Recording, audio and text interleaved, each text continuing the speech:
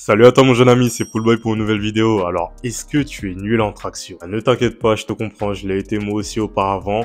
Et la différence entre les personnes qui progressent très vite en traction et les personnes qui galèrent, c'est tout simplement que les autres en savent juste plus que vous. À la fin de cette vidéo, tu en sauras assez pour évoluer en traction et enfin arrêter de fuir cet exercice. On commence tout de suite. Je vais partir du principe que tu es un débutant et que tu peux faire au maximum entre 1 à 3 tractions avec une forme assez approximative. Et bah d'abord, la première chose que tu devras changer dans ta manière de faire des tractions, ce sera ta technique. Il faut que tu comprennes comment fonctionne une traction. Comme tu le sais, les débutants, ils ont tendance à préférer les tractions chin-up, les tractions dites en supination. Tout simplement parce qu'ils vont engager beaucoup plus leurs biceps. Et bah, la plupart des personnes qui débutent, lorsqu'ils font des tractions, n'engagent pas le dos. Alors que c'est bien connu, les tractions est, je pense, le meilleur exercice pour développer son dos. Et bah, c'est un peu dommage. Lorsque tu effectues tes tractions, il va y avoir deux groupes musculaires qui vont bosser, tes dorsaux et tes biceps. Et la plupart des débutants ne comptent que sur leurs biceps. Et malheureusement, ils sont pas dans une position préférentielle pour les solliciter. La prise chin-up est beaucoup plus avantageuse pour tirer avantage de ses biceps. Alors, comment corriger cela lorsqu'on est en prise pronation? Tu vas tout simplement me faire des tractions scapulaires. C'est-à-dire que avant toute traction, tu vas d'abord engager tes omoplates, engager tes scapulas vers le bas et ensuite utiliser tes biceps pour monter vers le haut. Oui, nous sommes dans de la technique. Il faut que tu comprennes comment fonctionne une traction. Une traction est un mouvement en deux étapes et non un mouvement en une seule étape. Lorsque j'effectue mes tractions, je fais ces deux mouvements, mais je les fais tellement vite que tu n'as pas le temps de les voir à l'œil nu. Mais tu peux le voir, là je te montre un ralenti du clip précédent. Tu peux voir que d'abord j'engage ma scap, puis ensuite je tire. C'est vers ça que tu dois tendre lorsque tu veux apprendre à maîtriser les tractions. La deuxième chose va être l'amplitude de ton mouvement que tu devras bien sûr travailler. Lorsque tu fais une traction, on veut que ton menton passe au-dessus de la barre et on veut ensuite que tu redescendes tout en bas, bras tendus. Si tu fais des tests de pompier ou de militaire, ce sont les conditions requises pour qu'ils te valident ta répétition. Bah c'est génial, c'est les mêmes en Street Workout, t'as de la chance. Donc l'erreur commune que tous les débutants font, c'est tout simplement ne pas faire des tractions avec une amplitude complète. Garder cette mauvaise habitude est très perturbante car bien sûr tu vas évoluer comme cela, mais il va être très dur ensuite de corriger ta forme. Donc le plus important va être de construire des fondations solides, commencer avec la bonne technique, avoir conscience des erreurs à ne pas faire lorsqu'on veut s'améliorer en traction. La troisième chose à ne pas faire, c'est ne pas holo. Je vais t'expliquer tout de suite. Il va y avoir deux types de traction en général, il y en a d'autres. Il va y avoir les tractions dites en archer et les tractions dites en holo. Et les débutants, j'ai remarqué en salle de sport qu'ils ont tendance à holo pour finir l'amplitude du mouvement. Moi, je veux que tu restes en archer du début jusqu'à la fin, que tu engages ta scapula, que tu la lèves et que tu termines le mouvement à l'aide de tes biceps. Pour l'amplitude du mouvement, tu peux tout simplement faire des tractions dead stop. C'est-à-dire qu'entre chaque répétition, tu vas rester 1 à 2 secondes bras tendus en bas et ainsi passer à la répétition suivante. Avec cela, il est impossible que tu aies des problèmes d'amplitude car tu seras obligé de la respecter du début jusqu'à la fin.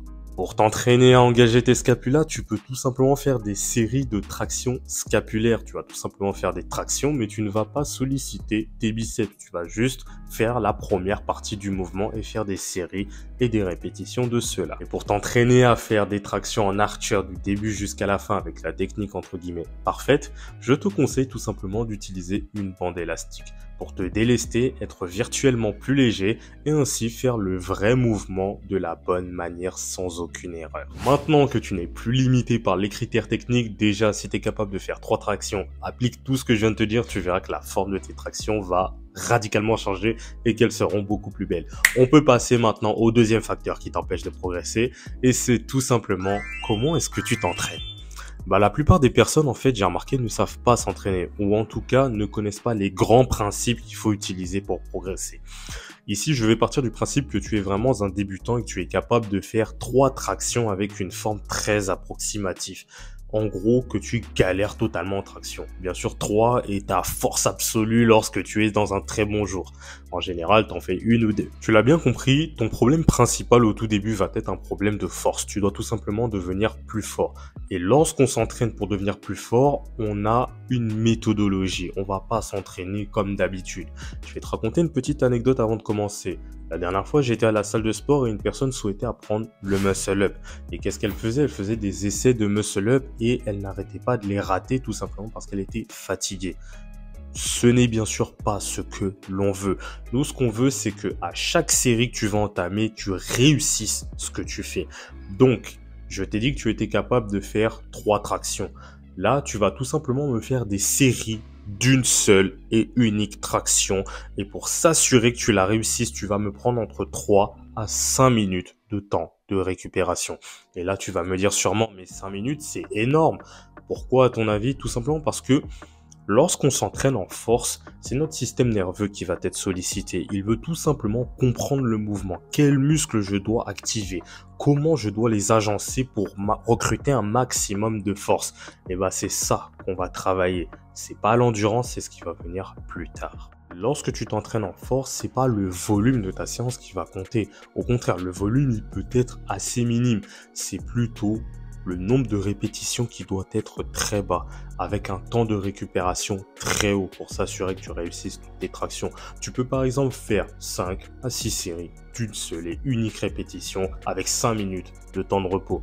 Ne pas oublier qu'en street workout comme en musculation, on utilise la surcharge progressive. Lorsque tu seras capable de faire tes 5 séries de une seule répétition en traction avec 5 minutes de repos, tu vas passer à 2 répétitions. Puis ainsi de suite, 3 répétitions. Et si tu vois que ça commence à devenir assez compliqué, tu peux bien sûr réduire le volume. C'est-à-dire, au lieu de faire 5 séries, tu peux commencer à faire 4 séries, puis 3 séries. Et moi, j'aimerais bien que tu y arrives sur 3 séries de 5 tractions parfaites, avec bien sûr entre 3 et 5 minutes de repos. Tu peux même aller à 7 minutes de repos si tu veux. Bon, par contre, je vais te déconseiller d'aller à 10, etc. Faut pas abuser. Mais bien sûr, tant que tu restes aux alentours de 3 à 5 minutes, c'est parfait. C'est ce qui est requis pour travailler ta force. Au niveau de la fréquence d'entraînement, encore une fois, lorsque j'étais à la salle de sport, cette personne m'expliquait qu'elle s'entraînait tous les jours. Grosse erreur. Lorsque tu souhaites gagner en force, je vais te donner une image très simple. Imaginons que tu travailles ton squat. Imaginons qu'en squat, tu soulèves très lourd, que tu fasses par exemple des séries à plus de 180 kg. Est-ce que tu penses que c'est viable comme méthode d'entraînement de soulever plus de 180 kg tous les jours?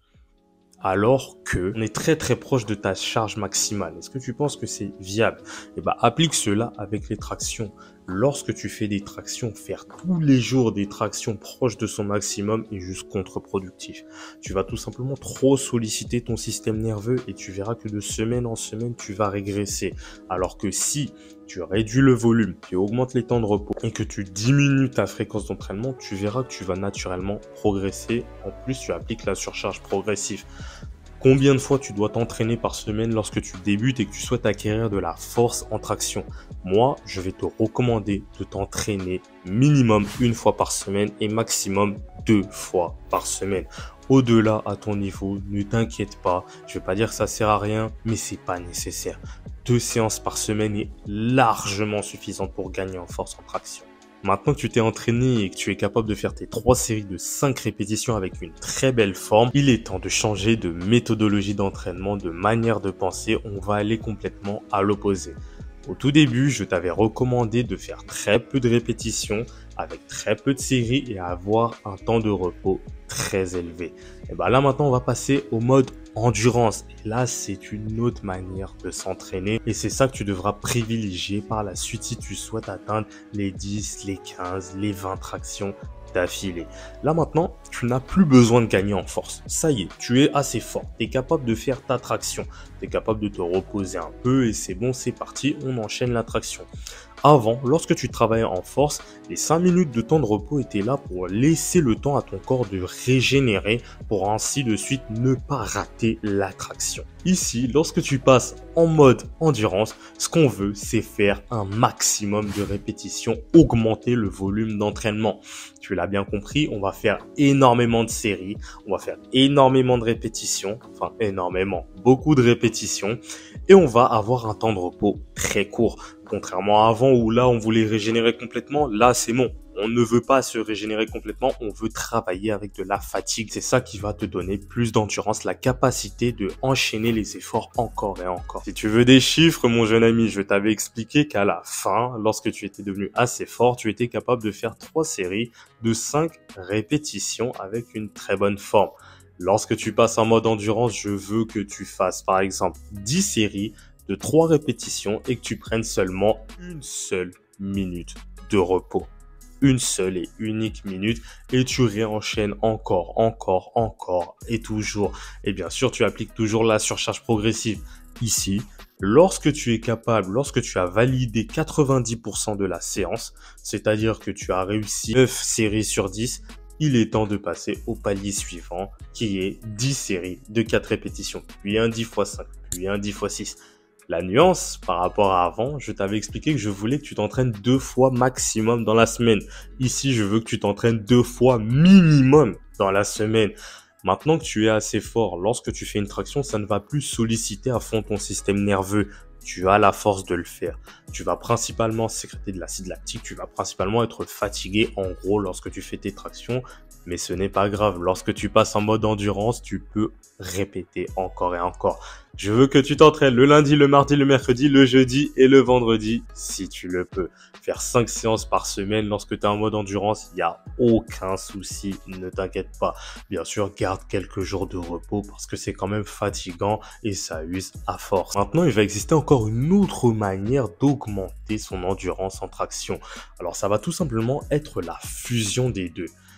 Rester dans le domaine de l'endurance, c'est-à-dire les temps de repos très faibles avec un grand volume et mixer cela avec de la force. C'est-à-dire que tu ne seras plus au poids de ton corps, tu vas tout simplement te lester, rajouter une charge, ainsi augmenter la difficulté. Par contre là, tu sors du domaine du street workout, tu n'es plus au poids de corps, ça demande une ceinture lestée, etc. Ça demande un petit investissement, mais crois-moi qu'il est très rentable. Tu peux par exemple continuer toutes les séries que tu faisais, à plus 5 kg, plus 2,5 kg, c'est toi qui vois. Vu que tu seras lesté, bien sûr, tu devras un tout petit peu réduire le volume contrairement à avant lorsque tu étais au poids du corps, car ça te demandera un peu plus d'énergie. Maintenant, cette vidéo concerne les personnes qui ont 0 € et qui ne veulent rien investir et qui ont juste un parc et leurs mains. Donc, on passe à la suite. Le dernier point qui peut te limiter dans ta progression en traction est tout simplement ta condition physique. Tu sais très bien que c'est un exercice au poids du corps, donc on soulève quoi? Le poids de notre corps. Et forcément, si on fait plus de 100 kg et qu'on a énormément de masse grasse, ça va être beaucoup plus compliqué que si tu le descends à 80 kg et que tu as un taux de masse grasse très bas. Si tu es quelqu'un qui a tendance à stocker du gras, ce que je vais te recommander, c'est tout simplement descendre ton taux de masse grasse, perdre un peu de poids et juste continuer et tu verras que tu vas tout simplement t'envoler. Personnellement, moi, récemment, j'étais dans un cycle de force, c'est-à-dire que je soulevais très lourd et que je faisais ainsi de l'hypertrophie. J'étais monté aux alentours de 77 kg et lorsque là, maintenant, aujourd'hui, je commence un cycle endurance, c'est-à-dire au poids du corps, je sens vraiment que c'est beaucoup plus compliqué. Donc là, ce que je fais actuellement, c'est tout simplement que je perds un peu de poids. J'aimerais bien revenir aux alentours de 71-72 kg pour être beaucoup plus à l'aise et ainsi beaucoup mieux performer en traction au poids du corps. C'était ton jeune ami Poolboy. Tu as désormais toutes les clés nécessaires pour performer et t'améliorer en traction. Maintenant, tu n'as plus d'excuses. Tu connais les méthodes d'entraînement. Tu sais ce qu'il faut faire, ne pas faire. Et n'oublie pas, continue toujours d'avancer. Va me chercher ces 10 tractions. Peace. If you rockin' with it, put your hands up. Yeah, this the anthem. If you get up and get it, put your hands up.